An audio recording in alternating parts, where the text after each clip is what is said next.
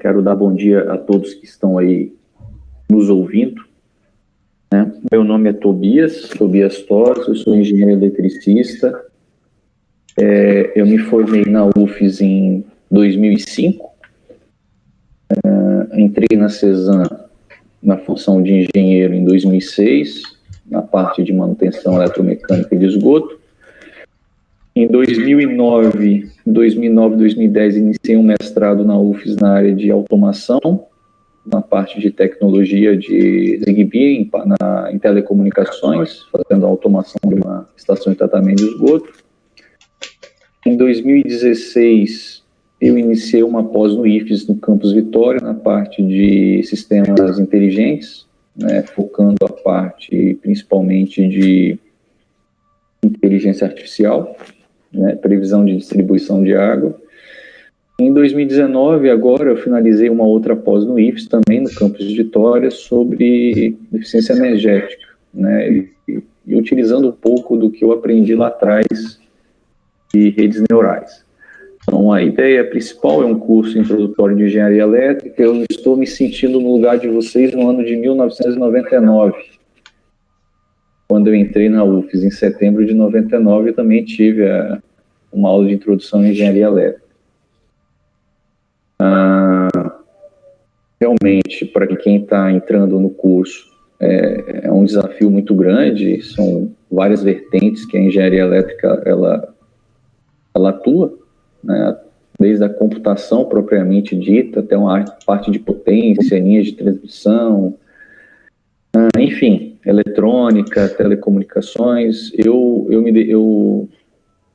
tenho uma certa aptidão mais pelo telecom, sempre gostei da área de telecomunicações, mas na CESAM eu atuo praticamente com a área de potência, de para cá com a parte de automação, houve uma reestruturação interna, a gente está com uma gerência de engenharia de serviços, tem as pessoas de automação, eu sou uma delas, a gente está terminando o plano diretor de automação lá, inclusive, é um desafio muito interessante, principalmente na parte de saneamento.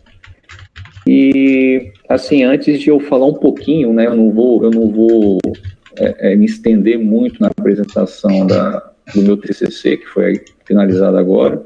Eu tenho pouco tempo, meia hora, mas, assim, é só para vocês terem uma ideia do que a gente pode estar atuando dentro do curso de engenharia elétrica. Uma das vertentes de dezenas ou centenas, assim, dizendo.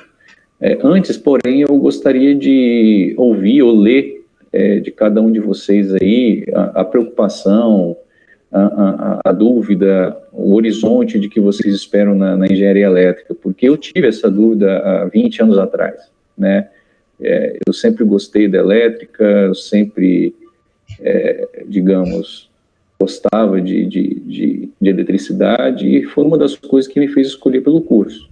Dentro do curso, eu tomei muita porrada, o curso não é um curso fácil, é um curso que, teoricamente, é um dos cursos mais difíceis da engenharia, mas, enfim, é uma oportunidade de estar aqui, estando no lugar de vocês aí há quase 20 anos atrás. Eu não sou velho, tenho 38 anos, tenho uma filha agora de 4 meses, mas tenho 14 anos de empresa, a CESAM foi praticamente o meu primeiro emprego, dei aulas logo depois que eu me formei para curso técnico, mas já tive a oportunidade de dar uma aula parecida com essa de hoje para o último período de engenharia elétrica da UFES no ano passado, mas, assim, eu gostaria, sim, de ler ou de ouvir algumas perguntas de todos aí, porque eu imagino, talvez, na maioria de todos aí, a interrogação que pode ter na cabeça nesse momento.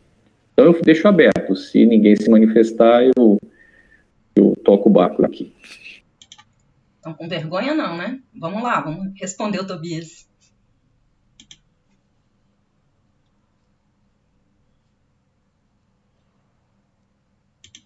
O pessoal está escrevendo aqui, tá, Tobias? Eu tô acompanhando, pode ficar tranquilo.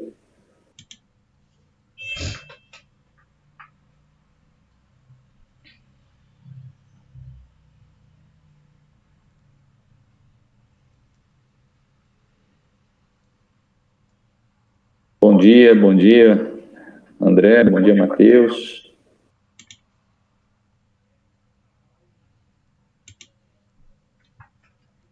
Ok, André, sem problema. A gente vai ter os minutinhos de dúvida depois da apresentação.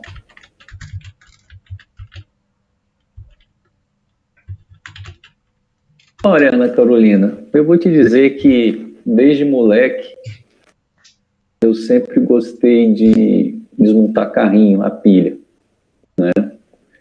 E ao longo dos anos eu gostava muito de radiotransmissão, de radiofusão. Então, assim, eu sempre tive uma aptidão por gostar de telecomunicações. Então, quando eu entrei no curso, na UFES, na época, eu não sei te dizer se hoje é ainda assim, eu imagino que seja, você tem 4 vertentes. Quando você está no final do curso, você pode escolher para a área de eletrônica, para a área de potência, para a área de computação e para a área de telecomunicações.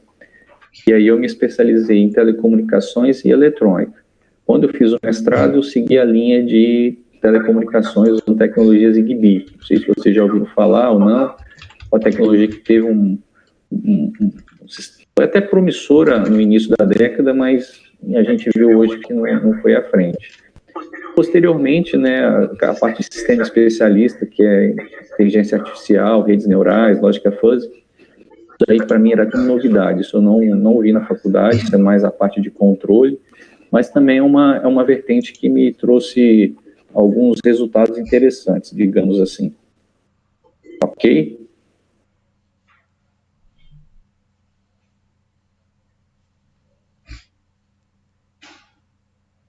Ok.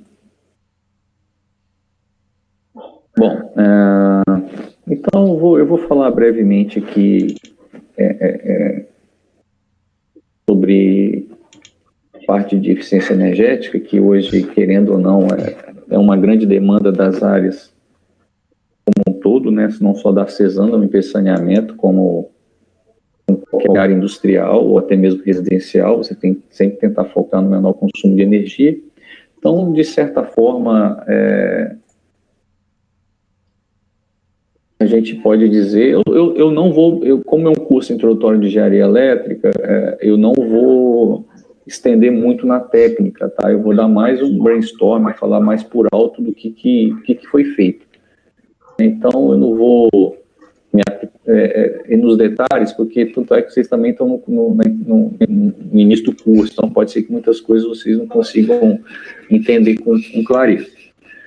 Mas, como vocês sabem, né, a CESAM está em 52 municípios no Espírito Santo, um abastecimento de água, coleta e tratamento de esgoto. Então, o que a gente mais tem, né, a parte de elétrica, são bombas, né, válvulas, reservatórios, estações de tratamento de água, estações de tratamento de esgoto. E tudo isso gasta energia, muita energia. Né? Então, você ter uma bomba funcionando no melhor ponto de rendimento, no melhor dimensionamento daquele sistema, com certeza você vai ter economia de energia. E foi nessa direção que a gente, nós fizemos um trabalho de acordo com o coordenador do curso lá, e a gente resolveu partir para uma área de eficiência energética utilizando controle inteligente, usando redes neurais. De que forma isso poderia ser feito? Então, falando brevemente, né, como eu disse anteriormente, se a gente conseguir ajustar o bombeamento para aquilo que está sendo consumido, a gente consegue otimizar o sistema. E otimizando o sistema, a gente consegue economizar energia. Então, aí a gente vai utilizar, a gente fez uns protótipos utilizando inversores de frequência, muitos de vocês podem saber, outros não, mas eu vou falar rapidamente, né? E redes neurais artificiais também é uma coisa bem legal e vocês vão gostar do que é, o que significa e como é que ele funciona. Bom, de certa forma, as empresas de saneamento, de acordo com alguns estudos aí teóricos, podem consumir até 10% de energia no país. Muitas vezes você tem que pegar a água. Todo mundo aí fala de Guarapari, né, Renata? Esse pessoal, os alunos são todos de Guarapari, né? É o campus Guarapari, né? Mas tem aluno de tudo quanto é cidade aí, da Grande Vitória. Mas o ocorre lá no Rio Benevente, no Rio Jabuti, bem longe da sede do município. A questão de falta da água em Guarapari, a gente tem 3 elevatórias antes, então a gente faz até uma transposição de rio, para vocês terem uma ideia, no verão, quando tem seca, para abastecer vocês. São bombas de grande porte. Então a gente pega de um rio, do Rio Benevente, faz a transposição para a captação do Jabuti, que fica ali perto da rodovia do Sol, não sei se vocês já observaram, e dali joga para Eta, Guarapari, que fica ali na entrada da cidade, aquela parte alta ali, depois do cemitério, bem mais para frente.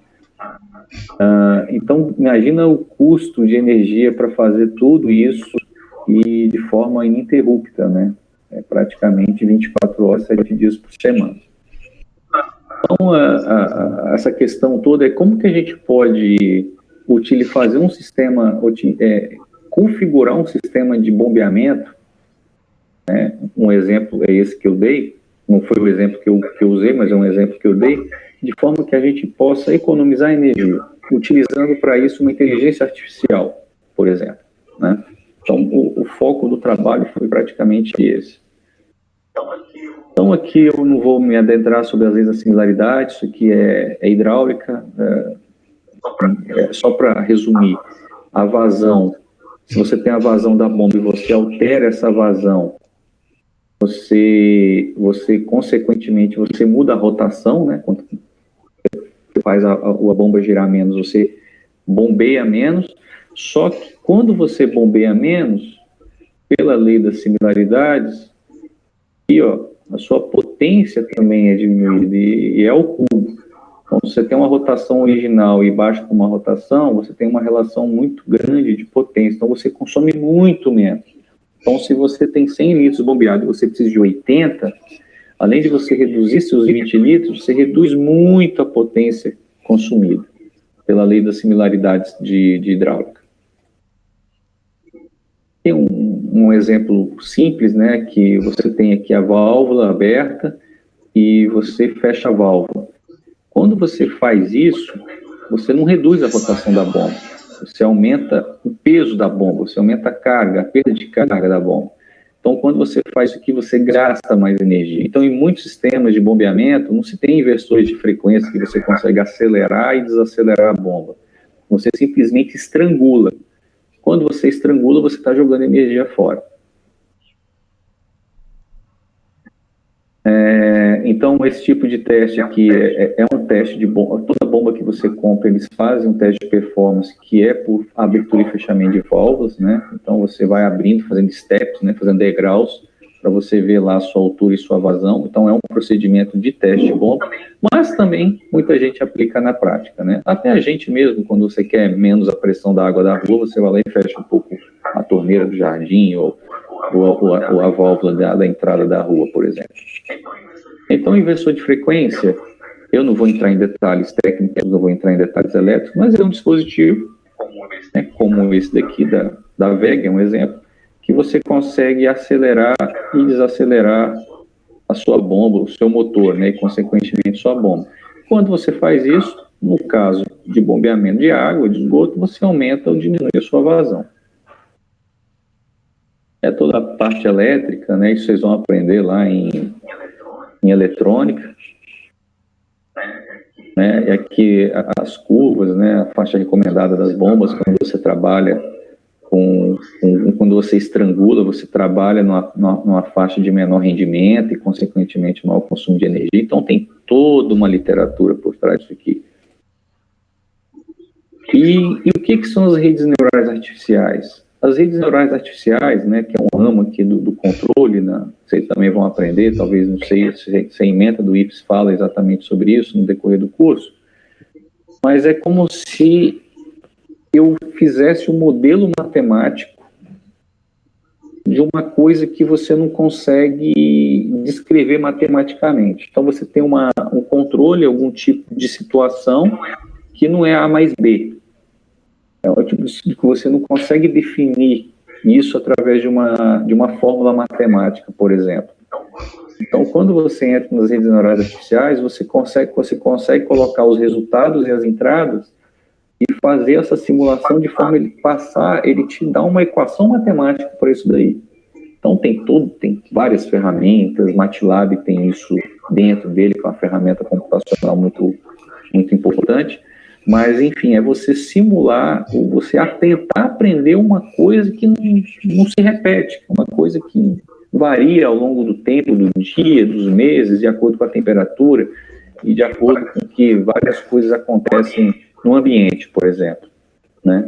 Então, ele praticamente simula o cérebro humano, né? Você tem aqui o neurônio, você recebe aqui as sinapses, aqui você recebe os estímulos, né? E aqui dentro dos dendritos tem um axônio. Então, é como se fossem as entradas, aqui você faz a conta e aqui é a sua saída. Então, é isso que faz uma rede neural artificial. Ele simula o comportamento do cérebro humano. Tem as entradas, você tem as saídas e aqui dentro tem a equação matemática. E aqui é a forma do aprendizado dela, né? Isso aqui são as várias classificações das redes neurais. Então, você tem os modelos de treinamento, né? Você também tem que treinar, ele tem que aprender, né? Então, são os vários modelos que tem, aprendizado supervisionado, não supervisionado, e por aí vai. Isso é um detalhe dentro da literatura de rede neural artificial. E o que é utilizado em rede neural artificial? É utilizado em bolsa de valores, né? Por incrível que pareça, tem muita gente que ganha dinheiro com isso daí. Reconhecimento de padrões de imagem, controle de processos industriais, piloto automático de aviões, análise de jogadores de times. A NBA usava isso até um passado recente. E também, como novidade, né, não tão aplicado ainda, mas existem ferramentas, principalmente na Europa, muito caras, que já vendem soluções para a gente prever a distribuição de água de uma cidade, de uma região, utilizando rede neural artificial. Ah, mas como é isso, Tobias? Olha, eu posso afirmar com certeza para vocês que quando está frio, vocês gastam menos água, tomam menos banho, ou o banho é mais curto. Quando é calor, gastam mais água. Tem mais gente no verão em Guarapari, tem menos gente no inverno. Tudo isso varia. Mas eu sei que varia. Mas quanto isso varia? Para quanto a mais? Para quanto a menos? Então, a rede neural artificial, ela entra exatamente para tentar estimar, descobrir valores que a gente possa otimizar, bombear menos água, bombear mais água, bombear aquilo que é preciso, para aquilo que a gente precisa. Então, aqui entra a rede neural artificial. Então, assim, como exemplo, aqui nós definimos uma área de estudo aqui em Vitória, levantamos os equipamentos. Então, eu vou passar bem brevemente aqui, para vocês terem uma noção de imagem, de o que aconteceu, né? Então, aqui eu peguei a Ilha do Boi, né, aqui em Vitória, quem não conhece, um bairro nobre, tem uma área delimitada, tem um reservatório de água grande aqui em cima, e tem uma bomba aqui, uma casinha de bomba que joga para cá.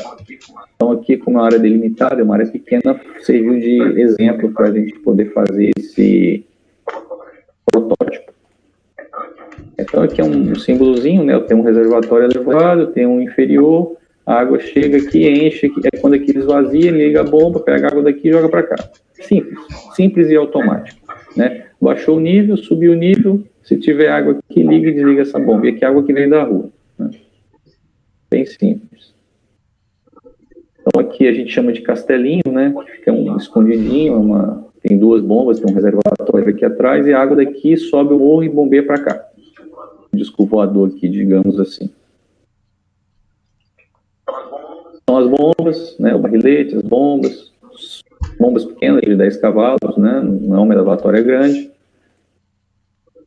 Placas de bombas antigas.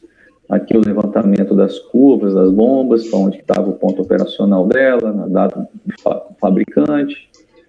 Aqui a variação daquele nível do reservatório elevado, aquele disco voador, digamos assim, né? Como que ele se comporta ao longo do dia, né? Você tem telemetria no local, tal. Então ele sobe e desce, ele desliga, ele vai até 45 e 80. Então ele sobe até 80, desliga a bomba, vai 45. Sobe até 80, desliga a bomba, vai até 45.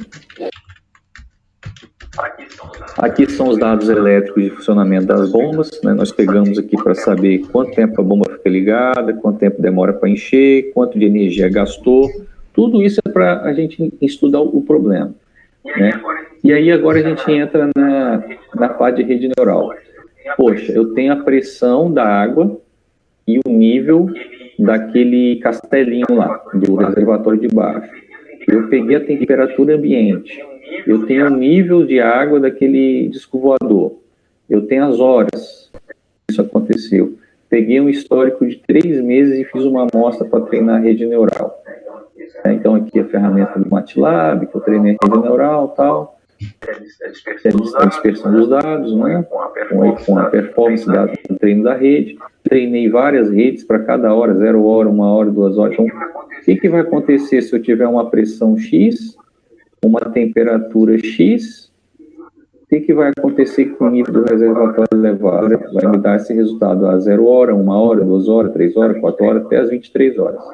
Então, é isso mesmo, gente. É para eu adivinhar. Eu tenho uma pressão de água que chega com a pressão tal na entrada do bar e a temperatura está tantos graus, com essa informação eu mando rodar o programa, ele vai me dar a previsão em cada hora de como vai estar o nível do reservatório. Legal, né? Isso é muito legal. Então, por exemplo, aqui a gente setava a pressão, o nível, né, eu esqueci de dizer, a pressão, o nível do reservatório elevado e a temperatura ambiente. Na hora que eu mandava rodar, ó, com 16 metros de pressão, 56% de nível e 21,10 graus de temperatura, às 7 horas da manhã, a previsão do nível elevado do reservatório do disco voador é 61,91%. Às 8 horas seria de 79,74. Às 9 horas, 58,75. E por aí vai. Então, isso aqui é para adivinhar, é muito legal. E não ficou fora não, tá, gente? Não ficou tão fora não, por incrível que pareça.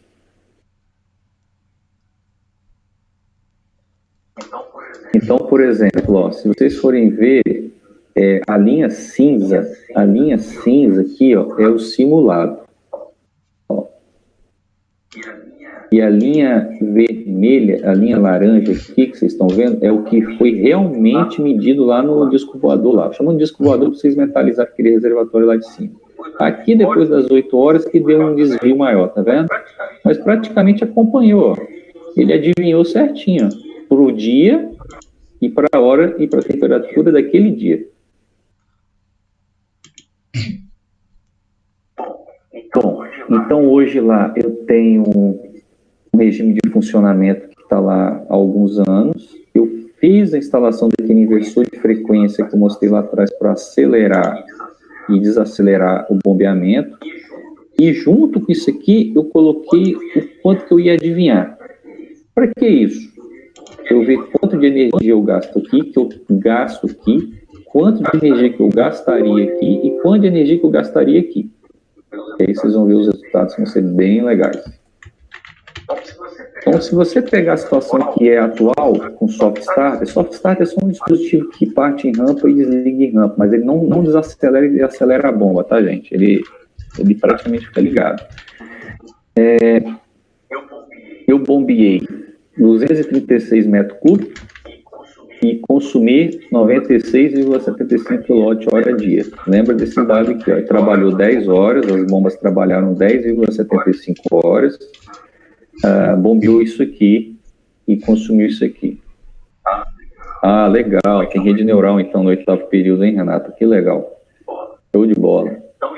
Então, esse aqui que acontece, ó, do jeito que está lá hoje, a bomba, como é que funciona? Deu nível, o nível do disco voador chegou em 45%.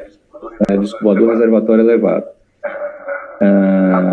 A bomba liga. Ligou e vai enchendo. Quando chega em 85%, ela desliga. Pega minha mãozinha aqui. Chegou em 45 de novo. Ligou. Chegou em 80. Desligou. Depois de 5 e 3 da manhã. Ligou. Desligou. Por aí vai. Tá fazendo esse ciclo. Quando eu instalei um inversor de frequência, a gente consegue variar a rotação da bomba através dessa leitura em hertz aqui. Então, por exemplo, o meu bombeamento lá, nessa condição aqui, é 6 litros por segundo. Tá vendo aqui? Em 60 hertz é o soft start. Quando eu começo a baixar, vai diminuindo a minha vazão. É aquilo que eu falei para vocês, vai diminuindo a rotação. Quando eu diminuo a rotação, diminuo a vazão e diminuo a potência. Ó, isso aqui foi tudo feito com um registrador de grandezas elétricas no local. Vai caindo a potência. Você vai caindo a potência e vai consumindo menos. A corrente elétrica vai baixando. Então, só pelo fato de instalar um inversor e eu conseguir modular aqui mais ou menos o bombeamento de forma a não deixar ninguém sem água, né? Eu consigo ter uma redução de energia. Então, aqui é o seguinte, aqui é a demanda da Ilha do Boi, ó, demanda de água. Vocês podem observar que à noite é tranquilo, né, uma média de 5 metros cúbicos por hora, 5 a 10 metros cúbicos por hora. Quando chega 8 ou 9 horas da manhã, o pessoal vai acordando, o pessoal vai cozinhando, então a demanda aqui chega a 20, tá vendo? Por volta da hora do almoço, cai de novo, e lá para as 19, 20 horas sobe de novo. E depois o ciclo praticamente se repete aqui. Então, eu tenho uma demanda muito grande aqui entre 9, 8 e 9 até por volta de 3 horas da tarde. Então, eu tenho que bombear água, gente. Por que isso? Eu tenho que bombear água de forma a não faltar água. Eu não posso esvaziar o reservatório de cima lá, senão vai ficar todo mundo sem água. Aí, sabe o que pode acontecer, né? Então, quando eu coloquei um inversor de frequência e fiquei bombeando, aí o inversor de frequência bombeou exatamente isso aqui. Quando ficou isso aqui, o que acontece? Ele trabalhou 15 horas, a bomba funcionou mais tempo. Só que como eu acelero e desacelero, ó meu perfil de enchimento aqui, ó, a frequência aqui, ó. Eu bombeei mais água e consumi menos energia. Por quê? Eu estou bombeando aquilo que eu preciso e aquela história da lei das similaridades que eu falei lá atrás. Quando você reduz a rotação da bomba, você reduz a vazão diretamente proporcional, só que você reduz a potência ao cubo. Então, quando eu faço esse perfil aqui de acelerar e desacelerar, ela trabalhou praticamente o dia inteiro, descansou pouco tempo. Eu bombeei um pouco mais de água e consumi bem menos. Então, pegando isso aqui tudo, eu peguei os dados que eu falei lá atrás, a média dos pressões e níveis do rádio apoiado e as temperaturas, e rodei a rede neural para adivinhar o que vai acontecer. Isso foi dia 8 de agosto de 2019. Tá? Então aqui, ó, quando eu fiz essa simulação, eu trabalhei 1 hora menos do que o inversor de frequência, eu bombeei praticamente a mesma coisa com o soft start, 220 metros cúbicos, e o meu consumo foi um pouquinho, eu confesso que eu fiquei um pouco decepcionado, né? Mas meu consumo foi um pouquinho menor do que com o inversor de frequência. Ó. Quando eu coloquei rede neural, eu adivinhei mais ou menos quanto que ia gastar de água, fiquei bombeando exatamente o que o pessoal ia gastar, de acordo com o que eu previ, de acordo com a temperatura daquele dia, é previsão de futuro. Eu tive uma redução, foi o menor consumo, né? Só que eu pensei que ela fosse um pouquinho maior que o inversor, mas não, foi em torno aí de 5%, mais ou menos, um pouquinho mais de 5%. Certo?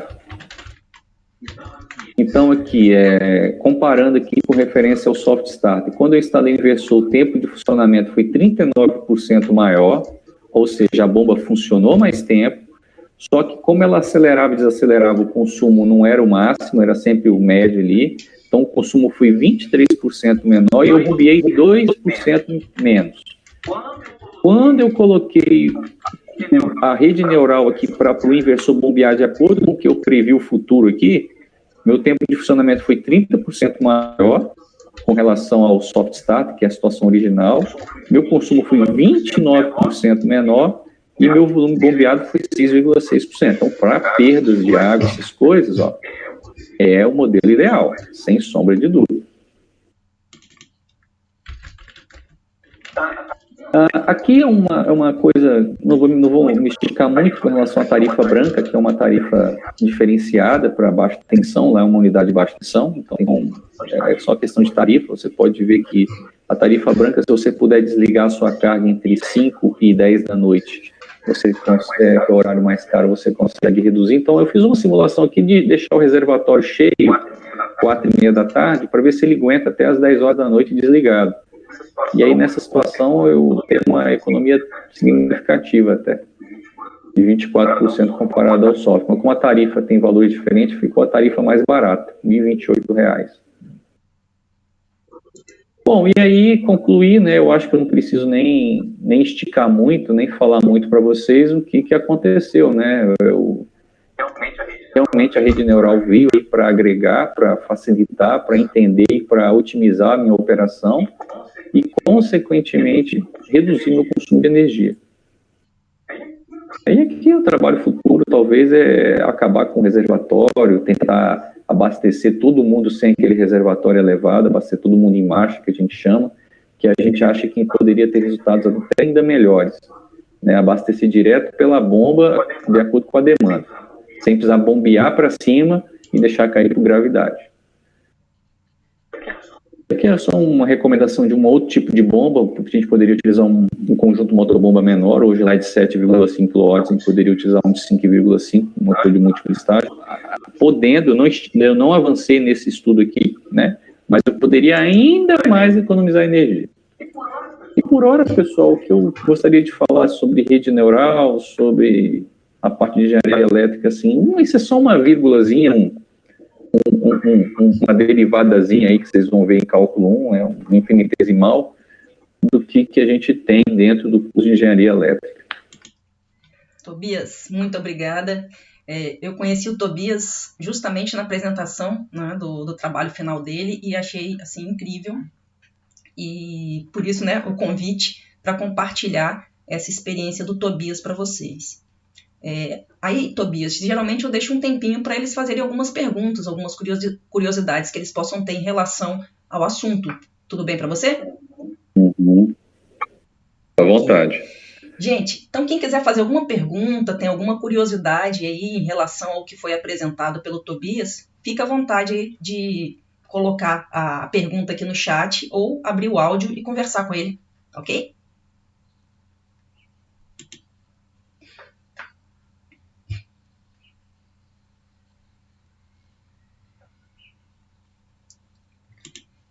E como ele falou, né, Ana, não é utilizada as redes neurais artificiais não são utilizadas somente na distribuição de água, né? Está começando a ser utilizado agora, mas pode ser utilizado em diversas outras coisas. Sim, perfeitamente. Já é uma literatura, a rede neural artificial já é uma literatura antiga, bem antiga, né, décadas passadas.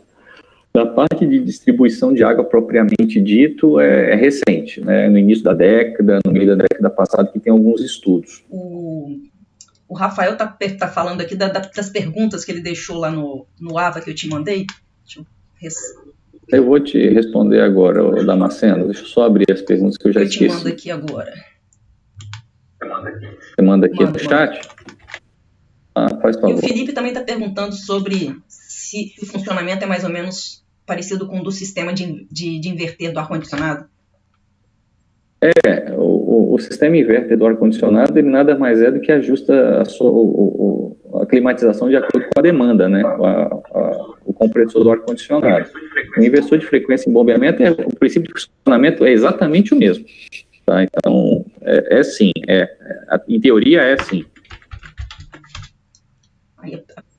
Bom, respondendo a pergunta aí, com o advento da indústria 4.0, qual o nível de automação e instrumentação da CESAM? Olha, a CESAM, ela possui sim bastante sistemas telemetrizados, tá?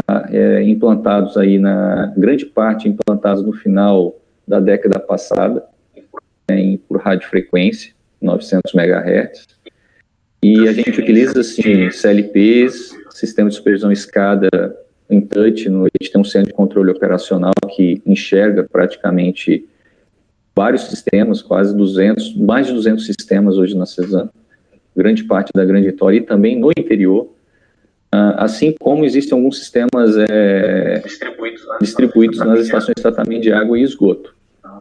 Então, temos sim bastante coisa. Estamos com a indústria 4.0 agora, a gente está partindo para um estudo de IoT, né, de monitorar pressão, vazão, utilizando redes LoRa, Sigfox.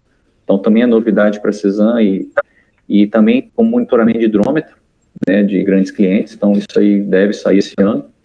Vai ser um projeto piloto, um projeto novo até para a CESAM. São poucas empresas no Brasil que utilizam, né?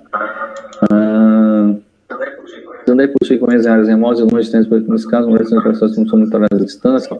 Sim. Como disse, né, tem um centro de controle operacional, monitoramento à distância, protocolo de comunicação utilizado, a gente tem um protocolo proprietário da Altos, que é o Allnet 1, né, que está em desuso, a gente está migrando para o Modbus TCP, mas temos também algumas coisas já em Profibus.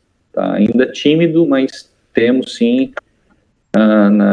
no sistema de Profibus já DP em estações de tratamento de água. O Gustavo está perguntando se a distribuição de água e os picos de consumo de água mudaram. Olha, eu não tenho essa informação do centro de controle, né? Lá no centro de controle a gente tem toda a inteligência da distribuição de água. Realmente é uma pergunta que a maioria grande parte dos profissionais também estão em home office, ou operacional não para. Mas é uma pergunta interessante, Gustavo. Eu posso até ver depois com calma no centro de controle como é que está essa distribuição. Eu imagino que possa ter tido uma diferença com o pessoal mais em casa, né? Muita gente trabalhando de home office, essa questão da higienização, lavar a mão, essas coisas. Então, com certeza, deve ter dado alguma diferença. Eu não sei te falar quanto foi, tá? Mas o que importa é que a CESAM está aí o tempo todo tentando manter os sistemas em pleno funcionamento para embate dessa pandemia também.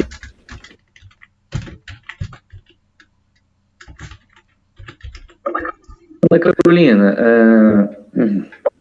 olha, a gente até tem um piloto em andamento no CCO, né? Está até um pouco adormecido, mas começou lá, né? Porque quando você fala de rede neural para distribuição de água, principalmente para esse caso específico, ainda não, de controle de inversores, né, essas coisas. Mas quando a gente fala de controle de distribuição, você tem várias variáveis que se precisam estudar, a posição de válvula, pontos críticos de pressão. Então, assim, são muitas variáveis que você tem que adotar para você fazer uma rede perfeita, porque a possibilidade de você fazer uma manobra e causar desabastecimento pode ser grande. E quando você causa desabastecimento, vocês bem sabem que quando há alguma paralisação programada da CESAM, a água demora a voltar. Então, a gente pode impactar muito no retorno, na distribuição. Então, a ideia é fazer pequenos setores, né, fazer simulações, e com essas simulações a gente vai abrangindo, testando, simulando, validando esses testes com rede neural artificial. Então, por causa da pandemia também, a gente tem que manter o sistema aí a pleno vapor. Então, assim, possivelmente será reavaliado, replicado, reestudado depois que essa confusão toda passar. De nada. Mais alguma pergunta, gente?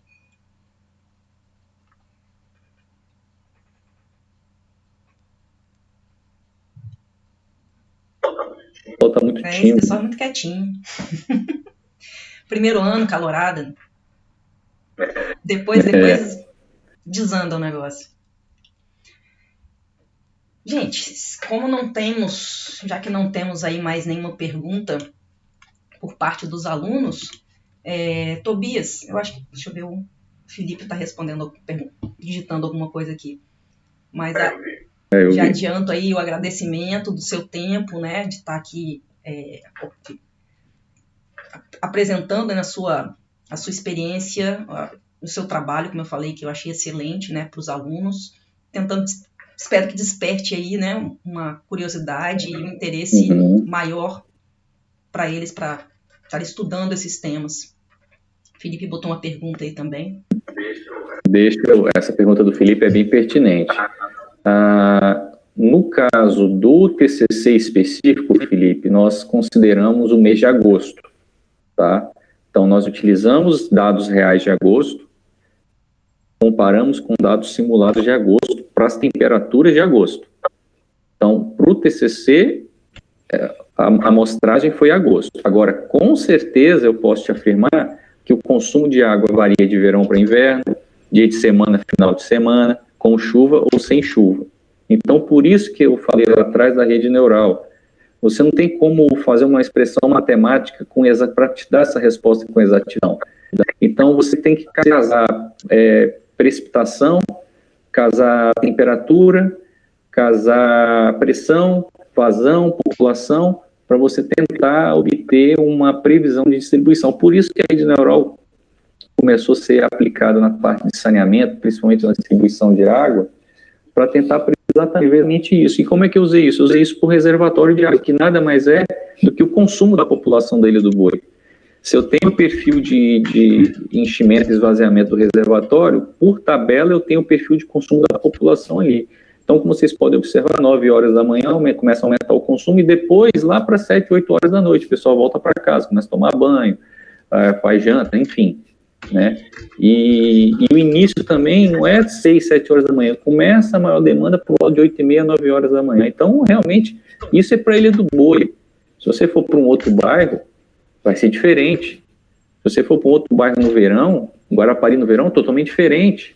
Então, para você ver, aí respondendo de volta a pergunta da Ana Carolina lá em cima, são muitos cenários, é muita variável, é muita coisa para dar errado na sua simulação, entendeu? Então, por isso que tem que ser feita uma análise criteriosa, a utilização de sistemas inteligentes para tentar convergir para algum valor.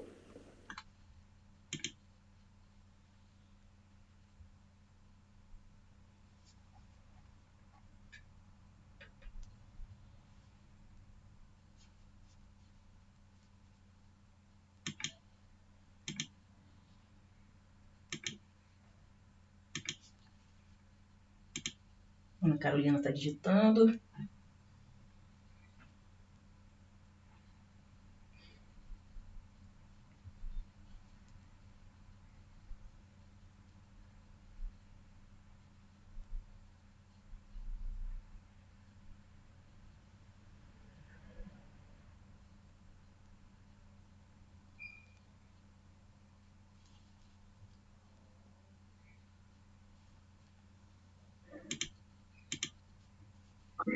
Além da rede neural, quais os outros instrumentos que estão ou não em estado de pesquisa ou aplicação para o controle de distribuição de água? Ana Carolina, eu sou da parte de manutenção eletromecânica, especificamente da automação, então nós cuidamos lá da parte de bombeamento, controle, telemetria, enfim.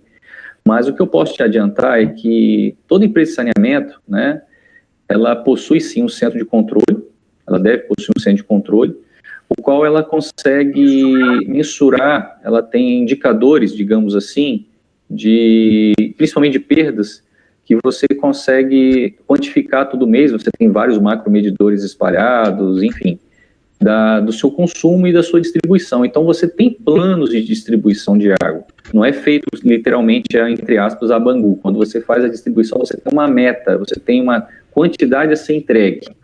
Então, nós temos isso, assim como qualquer uma outra empresa do mesmo porte, do mesmo segmento. Nós temos metas, né, tem um controle junto com a área da distribuição, com a área operacional, de metas de consumo e devem ser obedecidas, observadas dentro de um plano operacional. Então, muitas vezes, quando você extrapola um determinado parâmetro, determinado valor, possivelmente pode ter algum vazamento, possivelmente pode ter tido alguma manobra.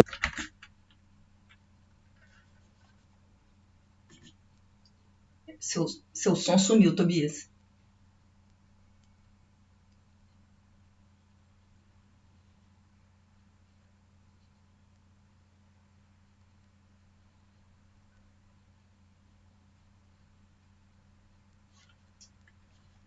Tobias? Tá aí? Oi, caiu. Voltou. Aí até onde vocês ouviram? E pior que é.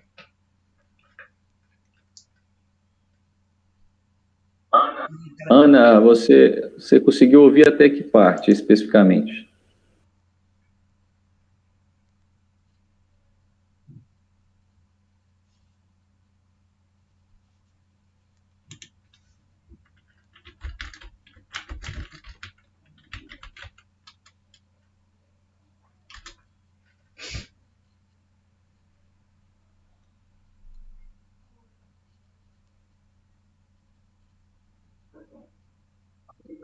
Então, como eu disse, né, nós temos, o centro de controle ele segue os planos operacionais, você tem aí o controle das perdas e o controle do volume distribuído. Então, embora a rede neural artificial seja um caminho para você mudar o seu plano operacional, você mudar a sua cota de entrega de água para um determinado setor, você tem controles diários que são feitos, mensais, com relação a perdas e com relação aos desvios desses POPs, desses procedimentos a serem seguidos.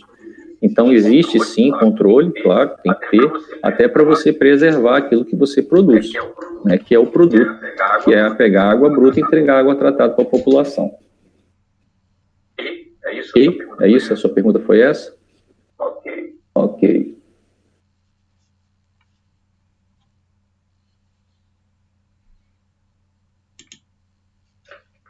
Sem mais perguntas?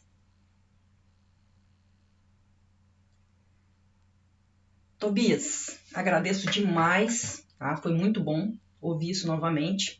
Espero que a turma tenha gostado, né?